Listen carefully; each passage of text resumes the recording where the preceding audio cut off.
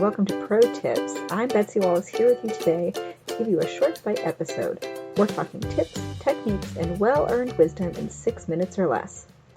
So we've got all sorts of ideas to help in the kitchen with dinner and everything that goes along with it. Sometimes it's from us, the Dinner Sisters, and sometimes it's from experts we've met along the way.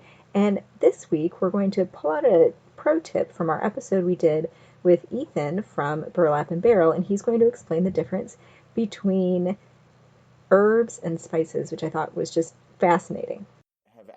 This is sort of an irrelevant distinction, but spices and herbs, we really focus on spices. I was going to ask you just to make that distinction because I think even I am a little bit, maybe not 100% sure what the line is there. The line that I draw, and again, this is arbitrary, you could draw the line wherever you want, but the line that I draw is an herb is the leafy green part of the plant, and the spice is everything else. So black pepper is a fruit, and cinnamon is tree bark, and star anise is also a fruit, and turmeric and ginger are from the root of the plant.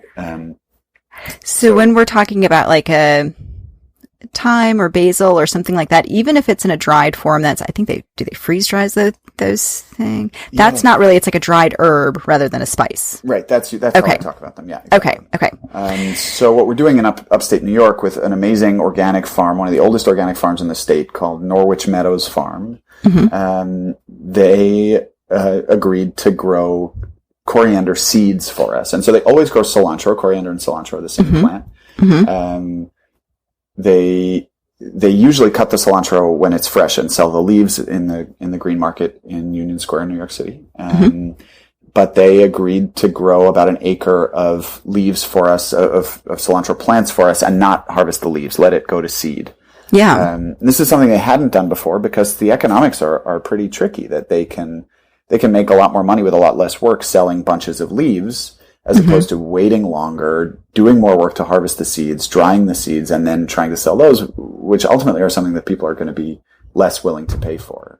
All right, so there you have it. I thought that was helpful, and if you want to go back and listen to the whole episode, we've got a Burlap and Barrel interview, and that's episode 69, Distinctive Spices. So there you have it. We hope this gave you an idea or inspiration to make your time in the kitchen or at the dinner table that much easier.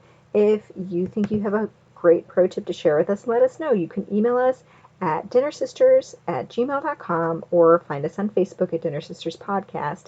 We'd love to hear from you and hear what you're doing in the kitchen, and maybe you have something to share with the rest of the group. As always, thanks for joining. Come back next week. We'll save a spot at the table for you.